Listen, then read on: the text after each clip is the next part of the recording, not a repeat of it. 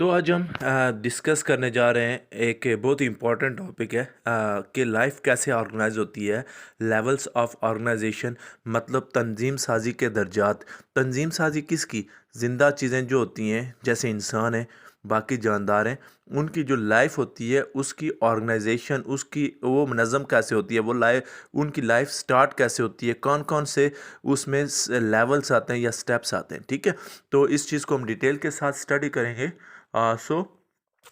We are going to discuss a very important topic that is about organization of life, or you can say that the levels of organization. तो level of organisation में आप देखें step wise, यहाँ मैंने लिखा हुआ है आप लोगों की आसानी के लिए, ताकि आप लोग इसको नोट डाउन भी कर सकें। जो जो चीज़ें मैं आपको यहाँ पे टीच करूँगा और साथ साथ इन चीज़ों को एक्सप्लेन करूँगा विद एग्जांपल्स, ताकि आपको स्टेप वाइज ये चीज़ें क्लियर हो जाएं। तो हम कहते हैं जी द स्टेप वाइज मीन आप कह सकते हैं एक दर्जा बदर्जा। जैसे कैसे पहला स्टेप आ गया एटॉमिक लेवल, फिर मालिकुलर लेवल, ऑर्गनल लेवल, फिर cellular level, tissue level, organ level, फिर ऑर्गन सिस्टम लेवल आ जाता है। ठीक है, फिर ऑर्गेनिज्म लेवल। तो ये सारा एक क्या स्टेप वाइज प्रोसेस है। तकरीबन 8 स्टेप्स यहाँ पर आएंगे स्टेप वाइज। मतलब पहला एटॉमिक लेवल से लेकर ऑर्गेनिज्म लेवल तक एक स्टेप वाइज प्रोसेस होता है। द स्टेप वाइज मीन दर्जा बदर्जा ऑर्गेनाइजेशन तंजीम साजी होती है, ऑर्गेनाइज होते हैं, इकट्ठे होते हैं of living things. Living things की एक स्टेप वाइज क्या होती है, एक तरतीब के साथ तंजीम साजी होती है। कहाँ से लेकर? फ्रॉम एटॉमिक लेवल, एक एटम से लेकर एक ऑर्गेनिज्म लेवल तक। ठीक है, तो सर देखें सबसे पहले एक वेरी इंपॉर्टेंट चीज़ मैं आपको बताता चलूँ इसमें कि जो लिविंग थिंग्स होती हैं उनकी लाइफ का स्टार्ट जो होता है ना, वो नॉन लिविंग थिंग्स से होता है। कैसे नॉन लिविंग थिंग्स से होता है? हमारी जो लाइफ है उसका स्टार्ट एक एटम से हो रहा है। Atom basically non living thing है। ठीक है, ये फिर एटम्स आपस में मिलेंगे, मॉलिक्यूल्स बनाएंगे। वो मॉलिक्यूल्स जो लाइफ में इन्वॉल्व होते हैं या लाइफ को ऑर्गेनाइज करने में इन्वॉल्व होते हैं, बायोमॉलिक्यूल्स उनको बोलते हैं। तो देखिए स्टेप वाइज प्रोसेस है। सबसे पहले स्टेप कौन सा है? Atomic level. What is atomic level? Atom actually आप कह सकते हैं कि यूनिट होती है जो क्या होते हैं, कंबाइन होते हैं। ठीक है, और फिर क्या बनाते हैं? मॉलिक्यूल्स बनाते हैं। तो एटॉमिक लेवल में जो पहला लेवल है इसको ज़रा हम डिटेल के साथ देख लेते हैं कि तकरीबन 16 एलिमेंट्स होते हैं। एलिमेंट्स असल में एटम ही होते हैं। सेम तरह के जो एटम्स होते हैं जिनका एटॉमिक नंबर क्या हो, सेम हो, वो एलिमेंट्स कहलाते हैं। तो एलिमेंट्स या एटम्स आप कह सकते हैं 16 टाइप्स इनकी होती हैं जो लाइफ के लिए ज़रूरी होते हैं। इनमें से 6 जो एटम्स हैं जैसे ऑक्सीजन है, कार्बन है, हाइड्रोजन है, नाइट्रोजन, कैल्शियम, फास्फोरस, जो लाइफ होती है या लिविंग थिंग्स होती हैं ऑफ टोटल मास, उनके जो जिस्म होता है, जो जो उनका पूरी आप कह सकते हैं लाइफ होती है उसका 99% बनाते हैं। जबकि potassium, sulphur, chlorine, sodium, magnesium, Fe, iron, copper, zinc, iodine make 1% of total mass. जबकि लाइफ का 1% जो नॉन लिविंग ये सॉरी आप कह सकते हैं माइक्रो एलिमेंट्स होते हैं या एटम्स होते हैं बनाते हैं। तो एटम्स कह सकते हैं, आप कह सकते हैं कि यूनिट होती है एलिमेंट्स की या मॉलिक्यूल्स की जिनका एटॉमिक नंबर क्या होता है, सेम होता है। तो फिर लाइफ का आगाज़ कह सकते हैं, लाइफ का स्टार्ट कह सकते हैं कि 16 एलिमेंट्स से होता है या 16 एटम्स से होता है। फिर एटम्स क्या करते हैं? कंबाइन होते हैं, जो आपस में मिलते हैं इन अ स्पेसिफिक वे। आप इन अ स्पेसिफिक वे में कंबाइन होते हैं, आपस में मिलते हैं, और क्या कौन सा लेवल स्टार्ट हो जाता है? मॉलिक्यूलर लेवल स्टार्ट हो जाता है। मॉलिक्यूलर लेवल में आप कह सकते हैं कि मॉलिक्यूल्स होते हैं। कौन से मॉलिक्यूल्स होते हैं? बायोमॉलिक्यूल्स बनते हैं एटम्स से। एटम्स कंबाइन होते हैं और एक हमारे पास मॉलिक्यूल्स बनाते हैं या डिफरेंट काइंड ऑफ मॉलिक्यूल्स बनाते हैं जो क्या करते हैं? ऑर्गेनाइज करने में लाइफ वगैरह को, लाइफ को ऑर्गेनाइज करने में मदद देते हैं। उन मॉलिक्यूल्स को आप कौन से मॉलिक्यूल्स बोलते हैं? बायोमॉलिक्यूल्स। बायोमॉलिक्यूल्स की यहाँ पे याद रखना है कि बायोमॉलिक्यूल्स मैं आपको पहले बता भी चुका हूँ। लेकिन बायोमॉलिक्यूल्स वो मॉलिक्यूल्स हैं जो लाइफ में पाए जाते हैं, ज़िंदा चीज़ों में पाए जाते हैं। मतलब ज़िंदा बॉडीज़ के अंदर जो है, ज़िंदा बॉडीज़ को ऑर्गेनाइज करने में जो मालिक्यूल्स इस्तेमाल होते हैं उनको कहते हैं बायो मालिक्यूल्स। कौन कौन से हैं? कार्बोहाइड्रेट्स हैं, प्रोटीन्स हैं, लिपिड्स हैं। यहाँ पे मैंने ये कार्बोहाइड्रेट्स यहाँ पे आपको मेंशन करके दिया है, lipids, nucleic acids, DNA, proteins, बाकी भी इस तरह से मैनी टाइप ऑफ मालिक्यूल्स हैं जो जिनको बायो मालिक्यूल्स बोलते हैं। ठीक है, फिर क्या कहते हैं जी, मालिक्यूल्स जो होते हैं, जो बायो मालिक्यूल्स होते हैं, वो असेंबल होते हैं स्पेसिफिक वे में, ख़ास तरीके से। बायो मालिक्यूल्स असेंबल्स मीन इकट्ठे होते हैं, मिलते हैं इन अ स्पेसिफिक वे, एक ख़ास तरीके से, टू फॉर्म एन ऑर्गेनल। क्या बना देते हैं? ऑर्गेनल बना देते हैं। जैसे फॉर एग्जांपल न्यूक्लियस एक ऑर्गेनल है, राइबोसोम एक ऑर्गेनल है, माइटोकॉन्ड्रिया एक ऑर्गेनल है, गाल्जी ऑपरेटस आपके ऑर्गेनल्स हैं, साइटोप्लाज्म आपके क्या हैं? ऑर्गेनल्स में आते हैं। तो ऑर्गेनल्स बनाते हैं, बायोमोलिक्यूल्स, प्रोटीन्स, कार्बोहाइड्रेट्स, लिपिड्स वगैरह मिलते हैं तो आपके ऑर्गेनल्स बनाते हैं। जैसे मैंने एग्जांपल यहाँ पे लिख रहा था थोड़ी देर पहले, ये आपका एक सेल है, ठीक है, एक सेल हो गया आपका। सेल के अंदर आपका न्यूक्लियस होता है, न्यूक्लियस के अंदर प्रोटीन्स भी होती हैं, ठीक है। आपके माइटोकॉन्ड्रिया भी, सॉरी, आपके डीएनए होता है, ठीक है, न्यूक्लिक एसिड्स वगैरह होते हैं, बाकी क्रोमोसोम्स वगैरह होते हैं। तो ये जितने भी आप कह सकते हैं मालिक्यूल्स हैं, ये मिल के क्या बना रहे हैं? ऑर्गेनल्स बना रहे हैं। जैसे राइबोसोम्स को स्टडी कर लें, माइटोकॉन्ड्रिया देख लें, आप गोल्जी अपरेटस को स्टडी कर लें, तो वन बाय वन जब हम इनकी ऑर्गेनल्स को स्टडी करेंगे तो उसमें आपको इसको मज़ीद एक्सप्लेन कर दूंगा, माइटोकॉन्ड्रिया, न्यूक्लियस, राइबोसोम्स क्या क्या काम करते हैं। ठीक है, तो फिर organelles assemble in a specific way to form cell. Organelles क्या होते हैं? स्पेसिफिक वे में एक ख़ास तरीके में आपस में मिलते हैं। स्पेसिफिक वे मीन्स ख़ास तरीके से मिलते हैं। जैसे राइबोसोम हो गया, न्यूक्लियस हो गया आपका, ठीक है, साइटोप्लाज्म हो गया, माइटोकॉन्ड्रिया हो गया, गाल्जी ऑपरेटस हो गया, तो वो कंप्लीट सेल बना देते हैं, to form cell. Cells are the smallest unit of life. Cell क्या होते हैं? यूनिट होती हैं, लाइफ की इकाई होती हैं। They are enclosed by membrane, वो एक मेम्ब्रेन के अंदर इनक्लोज होते हैं, एंड परफॉर्म स्पेसिफिक फंक्शन, और एक ख़ास काम करते हैं। फॉर एग्जांपल हम कहते हैं जी ये आपका एनिमल का सेल है, सपोज इसमें आपको फ्लूइड नज़र आता है जिसके ऊपर बाकी ऑर्गेनल्स तैर रहे होते हैं, दैट इज साइटोप्लाज्म, ठीक है। दरमियान में ये एक सेंट्रल बॉडी आपको नज़र आती है, न्यूक्लियस एक ऑर्गेनल है, इस तरह की आपको स्ट्रक्चर नज़र आती है, दैट इज़ वैक्यूल। फिर इधर माइटोकॉन्ड्रिया होती हैं, powerhouse of the cell भी बोलते हैं इनको। फिर राइबोसोम्स होते हैं, प्रोटीन वगैरह की सिंथेसिस में, राइबोसोम्स प्रोटीन्स सिंथेसिस में मदद करते हैं। तो देखें ये क्या हो गए? ऑर्गेनल लेवल को आप समझें, ये ऑर्गन्स हैं, ऑर्गेनल्स हैं सॉरी, ये आपस में क्या हो रहे हैं? कंबाइन हो रहे हैं, इनका आप कह सकते हैं मिलाप हो रहा है आपस में, गाठजोड़ हो रहा है आपस में, ठीक है। और कंप्लीट आपके पास क्या बन रहा है? एक सेल बन रहा है। कोई भी सेल है उसमें ये मुख्तलिफ़ किस्म के आपको क्या नज़र आएंगे? ऑर्गेनल्स नज़र आएंगे जो अपना अपना काम कर रहे होते हैं। जैसे जी specific they are enclose by membrane, ये क्या होते हैं? सेल को सेल के बाहर क्या होती है? एक फॉर एग्जांपल ये एक सेल है ना, ये एक सेल है, तो इसके बाहर एक क्या होती है? मेम्ब्रेन होती है। जैसे एनिमल्स का सेल है उसके बाहर क्या होती है? सेल मेम्ब्रेन होती है। आप प्लांट का सेल ले लें, उसके बाहर एक और मेम्ब्रेन होती है, that is known as cell wall होती है, ठीक है। और दूसरी बात यहाँ पर एक ख़ास बात कह रहा है जी, and form perform specific function, they are enclose by a membrane, कि सेल को इनक्लोज कौन सी चीज़ कर रही होती है? एक मेम्ब्रेन के अंदर होते हैं, जैसे सेल मेम्ब्रेन के अंदर सेल हो गए, ठीक है।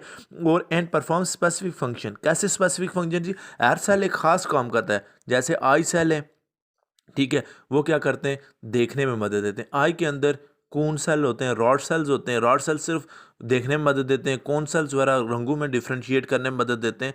तो हर सेल जो होता है उसका क्या होता है? स्पेसिफिक फंक्शन होता है। इसी तरह से आपके ईयर के सेल्स हैं वो सुनने में मदद देते हैं।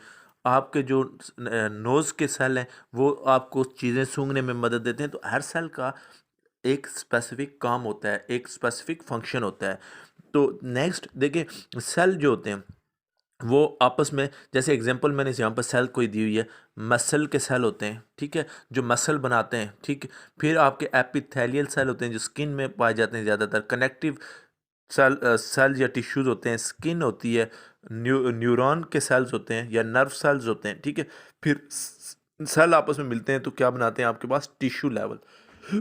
टिश्यू क्या होता है? Group of cells with similar functions के ग्रुप के सेल का एक ग्रुप होता है।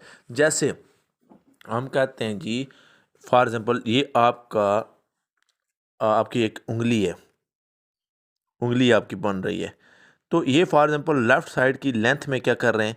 लेंथ में इजाफा कर रहे हैं सेल्स। ये उंगली है फॉर एग्जांपल, पूरी आपकी उंगली है। ये बाहर मैं जो डॉट डाल रहा हूँ ये सपोज कर लें कि सेल्स हैं। ये एक सेल आ गया, ये दूसरा सेल आ गया, ये तीसरा, ये चौथा, ये पांचवा, छठा, सातवां, आठवां, 8 सेल आ गए। जैसे ये आपकी देखें उंगली है, ये कंप्लीट आपकी एक फिंगर है। इसकी ये राइट साइड पे इस है उंगली का, हम डॉट वाइज इसको बाहर से बना लेते हैं। इसकी स्ट्रक्चर मैं ऐसे बना रहा हूँ। तो देखें ये वाले जो सेल्स हैं आपको देखें बिल्कुल सेम काम कर रहे हैं कि इसकी इस साइड से लेंथ में इजाफा कर रहे हैं, सपोज समझने के लिए। ये वाले जो सेल्स हैं ये चौड़ाई में इधर से इजाफा कर रहे हैं, ये बॉटम वाली साइड से चौड़ाई में इजाफा कर रहे हैं, ये आप लेफ़्ट साइड पे इसकी इंक्रीज़ कर रहे हैं इसको। तो ये जो सेल्स हैं सपोज ये सारे एक ही काम कर रहे हैं, ये एक काम कर रहे हैं। तो ये जो सिमिलर स्पेसिफिक काम कर रहे हैं, एक जैसा काम कर रहे हैं, जो ऐसे सेल्स जो क्या कर रहे हैं? स्पेसिफिक काम कर रहे हैं, ठीक है, जो सिमिलर काम कर रहे हैं, एक जैसा काम कर रहे हैं, वो मिलके ये एक टिश्यू हो गया। हम इनको कहते हैं ये टिश्यू है, ये ग्रुप ऑफ सेल है। ऐसे में ग्रुप बन गया सेल का, 1 2 3 4 5 6, 6 सेल हैं सपोज, इनका एक ग्रुप बन गया। तो अब इनको सेल नहीं बोलेंगे बल्कि क्या बोलेंगे? टिश्यू बोलेंगे। ऐसे सेल्स जो फॉर एग्जांपल 2 4 6 7 8 10 या लाख करोड़ सेल जो एक जैसा काम कर रहे होते हैं, वो एक हम उनको सेल के बजाय उनको हम एक एडवांस नाम दे देते हैं, that is known as tissue. Tissue for example muscles, जैसे फॉर एग्जांपल ये कोई आपका मसल है, ये कोई मसल है आपका, ठीक है, ये मसल बन रहा है। मसल के अंदर ये वाले सेम सेल्स कुछ अलग काम कर रहे हैं, ये सेम काम कर रहे हैं, ये 4 5 सेल अलग काम कर रहे हैं, ये अलग काम कर रहे हैं। तो हम कहते हैं ये टिश्यू हैं, ये टिश्यू हैं, ये टिश्यू हैं, ये टिश्यू हैं। मतलब सेम काम करने वाले जो सेल्स होते हैं उनको जो सिमिलर काम कर रहे होते हैं उनको क्या बोलते हैं? टिश्यू बोलते हैं। Group of cells with similar functions. जैसे मसल के अंदर जो सेल्स होते हैं तो वो क्या बना रहे होते हैं? एक मसल बना रहे होते हैं। अब उनको फॉर एग्जाम्पल 1 करोड़ सेल हैं, वो 1 करोड़ सेल मिलके क्या बना रहे हैं? मसल बना रहे हैं। मसल्स के अंदर चूँकि वो बना क्या रहे हैं, उनका एक सिमिलर काम है, एक ही काम है कि मसल्स बना रहे हैं जी। तो हम उनको क्या कह देंगे? ये जो सेल्स हैं, ग्रुप है सेल्स का, ये क्या हो गया? टिश्यू हो गया। इनको टिश्यू का नाम दे दिया, ठीक है। फॉर एग्जांपल स्किन के सेल हैं, स्किन बना रहे हैं, ठीक है। तो वो सारे सेल क्या कर रहे हैं? सिमिलर काम कर रहे हैं। तो हम उन एक जैसा काम करने वालों को सिमिलर एक बड़ा दर्जा दे देते हैं। जैसे आप देखें, एक क्लास है, क्लास 9th है, तो क्लास 9th में 50 स्टूडेंट हैं। इंडिविजुअली हम उनको कहते हैं अली, अहमद और Numan, whatever their names are, उनके जो नाम है हम वो नाम बोलते हैं।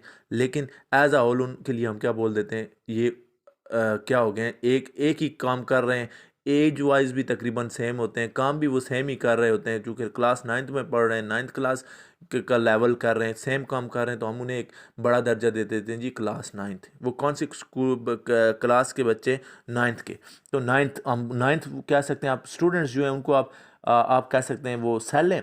तो क्लास एक लेवल ऊपर चढ़ा गया, उनको एक लेवल, एक सिमिलर काम की बेस पे हम उन्हें एज अ होल अगर बोलना चाहें तो क्या कहेंगे? टिश्यू बोल सकते हैं, ठीक है। फिर टिश्यू जो होते हैं वो आपस में मिलते हैं और एक कंप्लीट ऑर्गन बना लेते हैं। ऑर्गन जैसे आपका हाथ बन गया, एक ऑर्गन है, आपकी उंगली एक ऑर्गन है, आपकी आंख एक ऑर्गन है, आपका कान एक ऑर्गन है। तो देखें फॉर एग्जांपल आई को देख लेते हैं जी। आई जो होती है, आंख जो होती है, इसमें कून सेल्स भी होते हैं, रॉड सेल्स भी होते हैं और many types of other sales होते हैं या टिश्यूज़ होते हैं, ठीक है। तो ये सारे मिलते हैं और क्या बन जाती है? आपकी आई बन जाती है, ठीक। आई क्या है? एक कंप्लीट ऑर्गन है। जैसे हार्ट है, हार्ट को बनाने में डिफरेंट टाइप ऑफ क्या होते हैं? टिश्यूज़ होते हैं जो हार्ट की क्या करते हैं? हार्ट का कुछ इसकी फंक्शनिंग में ऑर्गेनाइज करने में मदद देते हैं, कुछ इसकी स्ट्रक्चर्स को ऑर्गेनाइज करने में मदद देते हैं, ठीक है, कुछ बाकी इसको स्ट्रेंथन करने में मदद देते हैं। तो वो सारे टिश्यूज़ मिल के एक ऑर्गन बना देते हैं, that is known as heart, और लीवर कह सकते हैं, स्टोमिक कह सकते हैं। ये सारे क्या हैं? ऑर्गन्स हैं। ऑर्गन्स आर टू और मोर टाइप ऑफ टिश्यूज़। ऑर्गन्स क्या होते हैं? दो या दो से ज़्यादा टिश्यूज़ होते हैं दैट वर्क टुगेदर, जो आपस में मिलते हैं to complete a specific task, एक ख़ास काम के लिए। जैसे हार्ट का क्या काम है? पंपिंग वगैरह करता है, फ्लो ऑफ जो आपका रेगुलराइज करता है फ्लो को ब्लड के, वो हार्ट होता है, ठीक है। फिर लीवर है, डिटॉक्सिफिकेशन वगैरह करता है। स्टोमिक है, फूड की डाइजेशन में मदद देता है, ठीक है। तो हम कहते हैं ये आपके ऑर्गन्स हैं, ये बनते हैं। ऑर्गन्स आर टू और मोर टाइप ऑफ टिश्यूज़, कि ये दो या दो से ज़्यादा टिश्यू से मिल के बने होते हैं और ख़ास काम कर रहे होते हैं। हार्ट का अपना काम कर रहा है, लीवर अपना काम कर रहा है, स्टोमिक अपना काम कर रहा है, आई अपना काम कर रही है, ईयर अपना काम कर रहा है। तो ये सारे ऑर्गन्स हैं। ऑर्गन क्या करते हैं? अपना एक काम कर रहे होते हैं। तो हम अगर नेक्स्ट मूव करें, ऑर्गन्स जैसे हार्ट हो गया, लीवर हो गया, स्टोमिक हो गया, तो ये सारे मिलते हैं। या ऑर्गन्स जैसे आपका आपका माउथ एक ऑर्गन है, ठीक है। आपका उसके बाद बाकी आपके स्टोमिक आ गया वगैरह आगे, आपके इंटेस्टाइन्स आ गए, ये सारी मिलती हैं तो एक सिस्टम बना देती है जिसको आप जो कहते हैं डाइजेस्टिव सिस्टम। इसी तरह ब्लड हो गया, आपकी वेसल्स वगैरह हो गई, ठीक है, आपकी बाकी चीज़ें, हार्ट हो गया, ब्लड, आपकी ब्लड वेसल्स हो गई, ब्लड हो गए। तो ये सारे मिलके एक सिस्टम बना देते हैं। उस सिस्टम को कौन सा? सर्कुलेटरी सिस्टम कहते हैं। आपका इस तरह से नर्वस सिस्टम बनता है, डाइजेस्टिव सिस्टम बनता है। तो हम कह सकते हैं कि ऑर्गन मिलते हैं आपस में, कि ग्रुप ऑफ ऑर्गन्स, जो it is a group of organs that perform a related function, कि एक जैसा काम करने वाले जो ऑर्गन्स होते हैं वो ऑर्गेनाइज होते हैं और एक बड़ा लेवल बनाते हैं, that is known as organ system level. तो कौन सा लेवल बन जाता है आपके पास? Organ system level. For example हम कहते हैं जी आपका एक ऑर्गन है माउथ, माउथ के बाद आपका आ गया फेरिंक्स, एक ऑर्गन है। फेरिंक्स के बाद आपका आ गया जी सपोज, आपका सपोज करें स्टोमिक है, फिर स्मॉल इंटेस्टाइन, लार्ज इंटेस्टाइन। तो ये देखें, एक ऑर्गन, दूसरा ऑर्गन, तीसरा ऑर्गन। तो ऑर्गन्स क्या हो रहे हैं? सेम काम करने वाले ऑर्गन्स आपस में मिल रहे हैं और एक कंप्लीट क्या बना रहे हैं? आपके पास सिस्टम बना रहे हैं। ऑर्गन्स कंप्लीटली एक दूसरे के साथ मिलते हैं, सेम काम करने वाले। ये भी डाइजेशन में मदद करता है, ये भी डाइजेशन, ये भी डाइजेशन ऑफ फूड में मदद करता है, ये भी डाइजेशन ऑफ फूड में मदद करता है। तो ये ऑर्गन्स सारे आपस में सिमिलर काम करने वाले ऑर्गन्स एक दूसरे के साथ मिलते हैं, कंबाइन होते हैं और एक आपके पास लेवल बना देते हैं, that is organ system level, ठीक है। ऑर्गन सिस्टम लेवल बनता है। डिफरेंट ऑर्गन सिस्टम्स आपस में कंप्लीट होते मिलते हैं। जैसे जी डाइजेशन सिस्टम आपका बन गया, आपका सर्कुलेटरी सिस्टम बन गया, आपका नर्वस सिस्टम बन गया, आपका बाकी तमाम सिस्टम कंप्लीट हो गए। तो एक कंप्लीट क्या बन जाता है? ऑर्गेनिज्म बन जाता है, ठीक है। An organism has several organ systems, के एक ऑर्गेनिज्म जैसे इंसान है, इसके अंदर कई फंक्शन ऑर्गेनिज्म ऑर्गन सिस्टम्स होते हैं, ठीक है, that function together. An organism has several, several mean कई ऑर्गन सिस्टम्स होते हैं दैट फंक्शन टुगेदर, जो क्या करते हैं? फंक्शन करते हैं और एक कंप्लीट ऑर्गेनिज्म बन जाता है। जैसे ह्यूमन बींग्स आ गए, कैट आ गए, डॉग आ गए, काऊ आ गया, कोई भी लिविंग ऑर्गेनिज्म ले लें। तो ये आपका all this was all about your topic, that is levels of organization. So we have studied that there are 8 steps or 8 levels that combine together, that are involved or are joined to form a complete organism. For example, we start from atom, then atoms combine together to form molecules, molecules combine to form cells, from cells organize or combine or assemble together to form tissues, from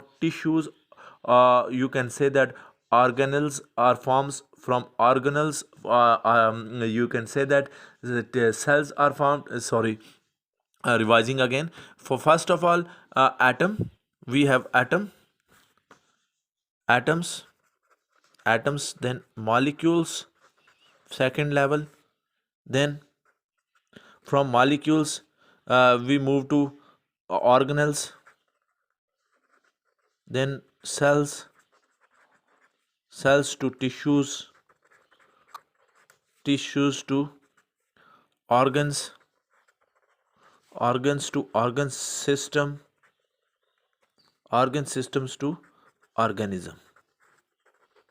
देखिए हमने देखा कि ये बिल्कुल simple सी finger tips पे मैं आपको बताऊं कि लाइफ जो होती है ना वो 8 स्टेप्स में कंप्लीट होती है। पहले एटम्स होते हैं, सेम काम करने वाले एटम्स आपस में मिलते हैं तो मॉलिक्यूल्स बना देते हैं, मॉलिक्यूल्स मिलते हैं तो ऑर्गनल्स मिलते हैं तो सेल्स मिलते हैं तो टिश्यूज़ मिलते हैं तो ऑर्गन्स, ठीक है, ऑर्गन्स मिलते हैं तो सिस्टम मिलता है तो कंप्लीट क्या हो जाता है, ऑर्गेनिज्म बन जाता है। ये तकरीबन 8 स्टेप हैं जो ये कंप्लीट होते हैं और एक कंप्लीट ऑर्गेनिज्म या इंसान कोई भी जिंदा चीज़ बन जाती है, ठीक है।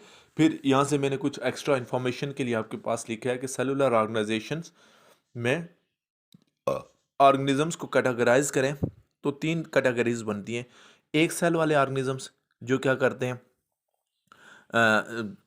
एक ही सेल होता है, ठीक है, उनको कहते हैं यूनिसेलुलर, जो एक ही सेल से मिलके बने होते हैं, ठीक है।